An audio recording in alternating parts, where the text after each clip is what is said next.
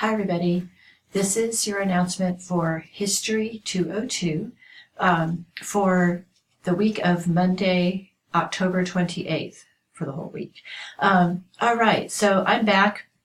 I'm feeling a lot better. Thank you to everyone who sent me get well wishes. I think all that helped. So I'm in pretty good shape right now. So let's hope it stays that way. All right, so you just turned in your atomic bomb or critical mission atomic bomb papers, and I will be grading those. I know that was a challenging assignment. The primary source documents were different, and I understand that some people had challenges in figuring out how to cite those documents. So I think to that end, I will put together something for next semester to help people figure out how to cite those documents. So thank you for being good sports. And I will work on making that a little bit easier to deal with in terms of citing. So I'm looking forward to reading your papers. I will be working on that this week. I've had a couple of classes turn in papers over the last 24 hours. So I might not get through all of the papers this week, but I will do my best. But if you don't see a grade this week, you will see a grade very early next week. Okay, so I'm going to get working on that and get you your grades. Okay, so now you move on to Module 4.2. And this is a little bit different. I know last time I talked to you, I used another software, so I'm trying out this other software that is recommended. So I hope this works. But here I am again. You can see my screen, and I am in the modules. Okay, so hopefully this is where you come to begin your work in our class. Okay, so I'm going to scroll down past the Start Here module to where we're at right now. And, oh gosh, we're past October, aren't we? Okay, so you've just finished your Critical Mission Atomic Bomb mini paper. Now we're moving on to the Cold War.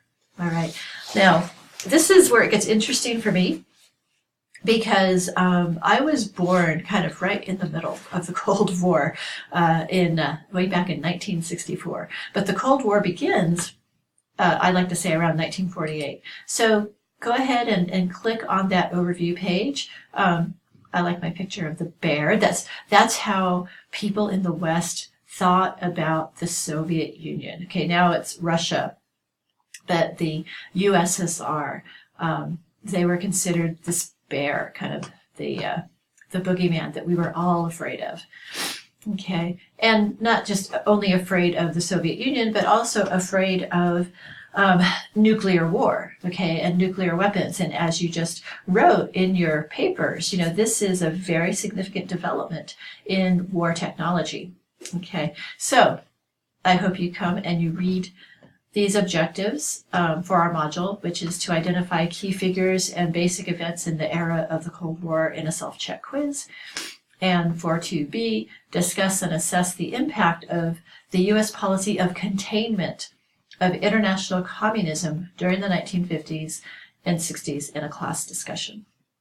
Okay, so for this module, you're to read chapters 35 and 36 in our textbook, and then also read my commentary. So you can click there, and there's my commentary. All right, so read that. That's helpful as well. And then once you finish that, take your self-check quiz, and then go on to discussion. So you click next. There's your self-check quiz. That is due on October 29th. Okay. Then click next again.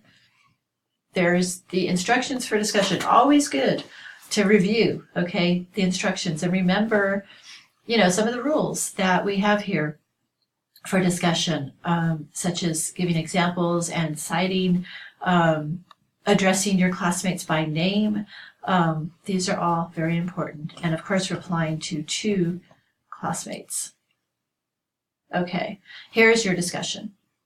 All right, so the questions have to do with what U.S. foreign policy was towards not only the Soviet Union, but kind of for the world in general. Okay, so there's a very important policy which was called containment, and you're going to learn a lot about it when you read the chapters in the book and my commentary. So it's very important to understand what containment is. So the first question is explain the foreign policy of containment toward the Soviet Union. Okay, so what that means is I would like for you to explain what is containment, and don't just give me the sentence that says containment was a policy intended to contain the Soviet Union. Okay, I need to know what that means. All right, so do a bit more than that. Tell me more. Okay, then in number 2, describe 2 events in which the U.S. put into practice its policy of containment. Give specific examples from the assigned materials with author and page number cited. Okay, so tell me about 2 events in which the United States used that policy of containment. Okay, and then 3, assess what you think was the most significant effect the U.S. policy of containment toward the Soviet Union and communism had on international politics within the United States. Okay, so how did this policy affect politics within the United States or international politics? So either of those are fine. Again, give specific examples from the assigned materials with author and page number cited. Okay, so and most of you do a good job about citing your sources, so keep that up. And if you don't, and you're not sure how to do that, talk to me and I can help you. Okay, so that is what we are about this week. It is also Halloween week, I know that. So if you are celebrating Halloween, I hope you do it safely. If you have children who are celebrating Halloween, I hope you have a lot of fun, take lots of pictures. Okay, they grow up really fast. All right, so and then next week we're going to move on to the civil rights movement. Okay, so that's what we're doing for this week. Tell me what you think about this software, if it's better or worse than the last one that I used. And I think that's it. I'm going to sign out now, and hopefully I'll figure out how to turn this off. So I hope you have a good week. Have a happy and safe Halloween. Goodbye. Oh, that's not it. Okay, sorry. We're still recording. Okay.